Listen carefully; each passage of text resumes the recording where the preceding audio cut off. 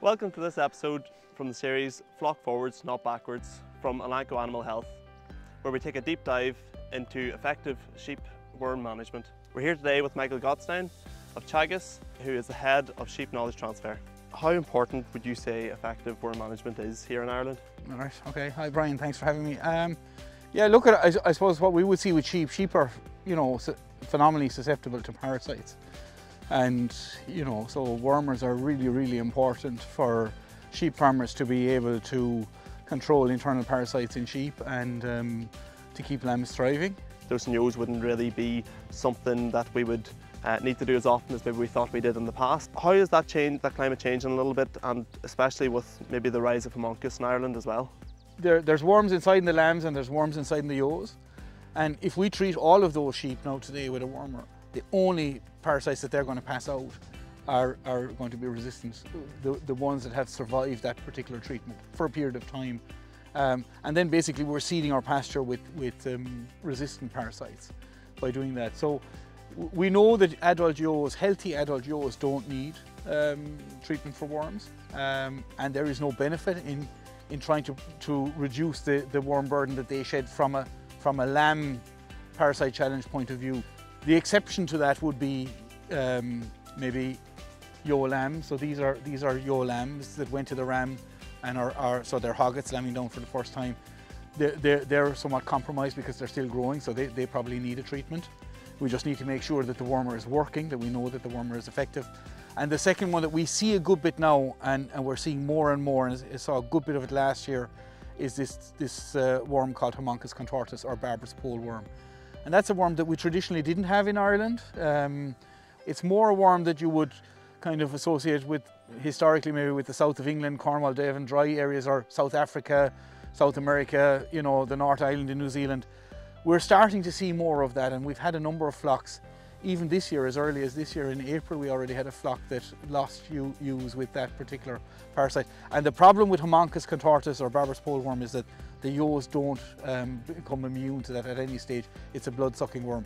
So if we're going to treat for that particular worm, we generally recommend people use a flucicide, because something that's closantel based or afoxamide based or nitroxanil based, because that will treat the homunculus, but it won't select for the resistance to the other anthelmintic groups, or benzimidazoles or levamisoles or our macrocyclic lactones. And clinical signs wise, it presents a little bit differently as well? Absolutely. So we're not seeing scour, and look, at not all scour is a sign of worms either, but we definitely don't see scouring in lambs. We see very high egg counts, so in the thousands, and we see these anemic sheep. So when you turn out the eyelid, it'll be very pale inside, won't be pinky. And also sometimes you can get that oedema under the jaw, that bottle jaw appearance that we get sometimes with chronic liver fluke. And look, to be honest with you, most farms that we've found homunculus on, or where we identify, the way the farmer finds it out is that there's a dead sheep. You mentioned sort of the three older groups of wormers, and do you have any idea sort of how effective they still are in Ireland? And obviously there may be averages, and each individual farm will have their own specific figures if they looked into it, but just as a rough gauge of how the current state of affairs in the country. Yeah, so there's been a number of surveys done, and look, obviously we're only surveying a relatively small population, but back in the kind of 2005, 2006, we looked at them, and at that stage the white ones were pretty much failing on most farms. We were getting about a quarter of the farms where the yellows, the levamisoles, were failing. And at that stage, in back 2005, 2006, about 1 in 10 farms, we were starting to see issues with ivermectin-based or macrocyclic lactogen-based products.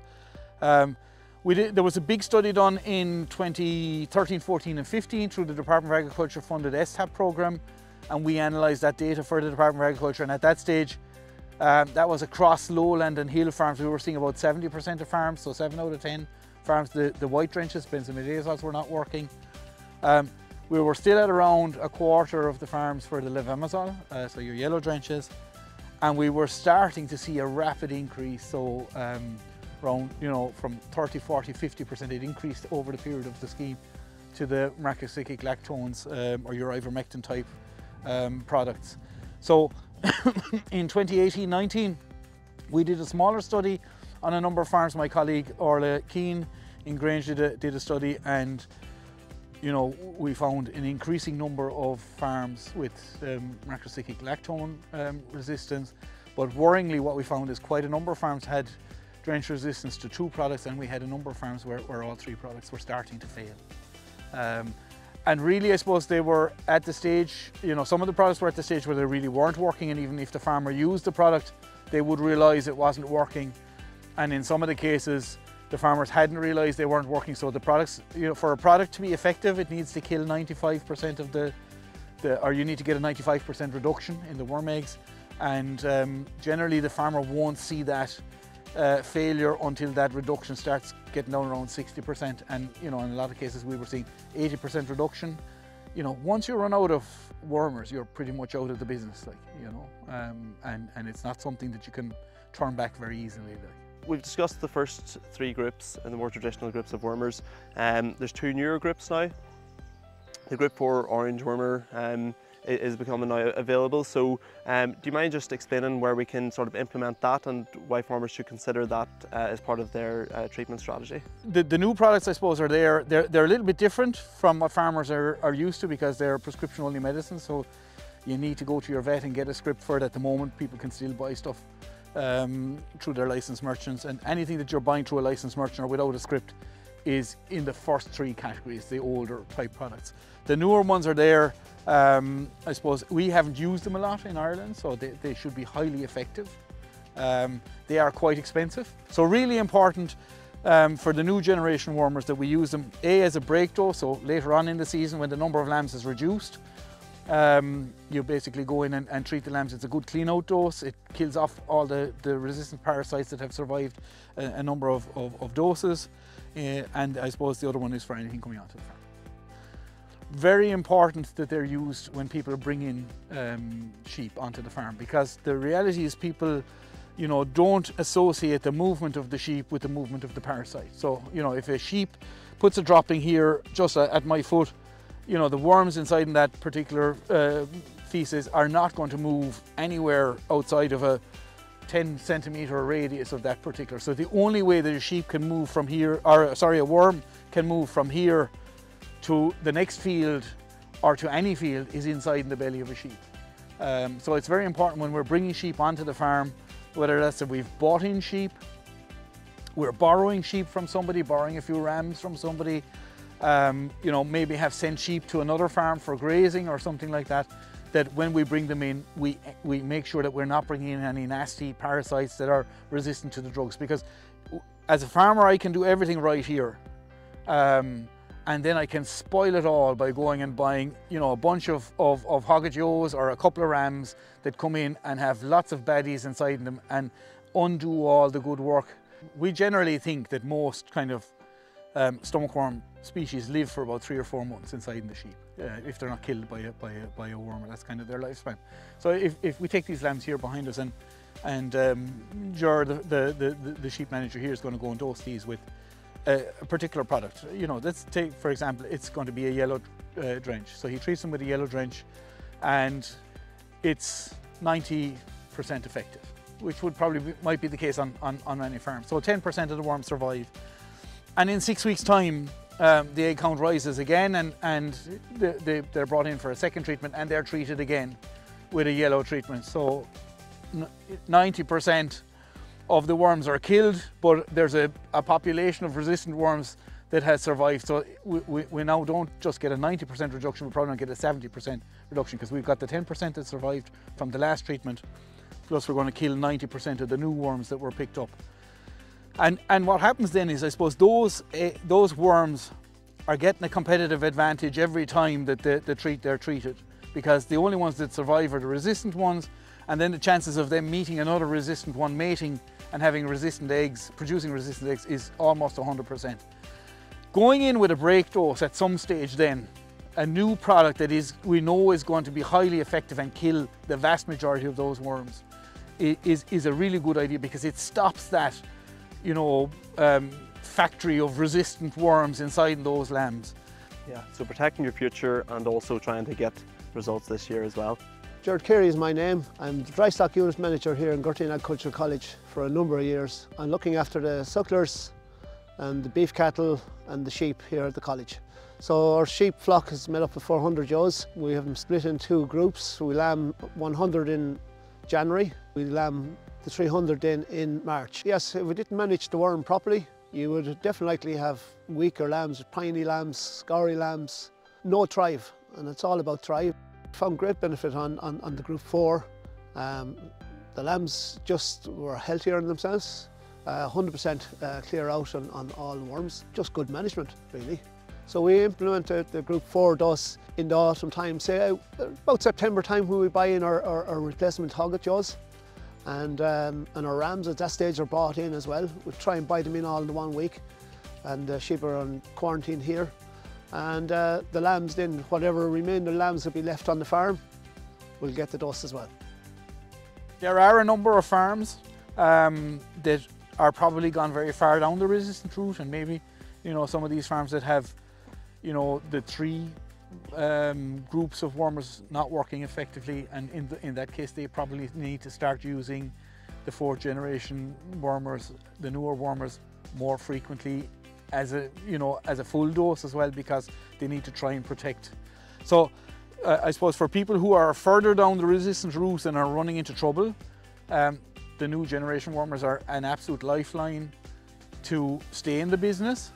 But if they use them the way they have in the past used wormers, just blanket go in and start treating with them, they're probably going to run out of road again in 3 or 4 years' time. So it's very important that they mind those new products, and that they have a plan, and that they talk to their vet about how they're going to develop a sustainable parasite control plan going forward. Exactly, it's a team effort, isn't it? Working with your vet to try and understand how we can preserve those the groups of wormers we have available to us.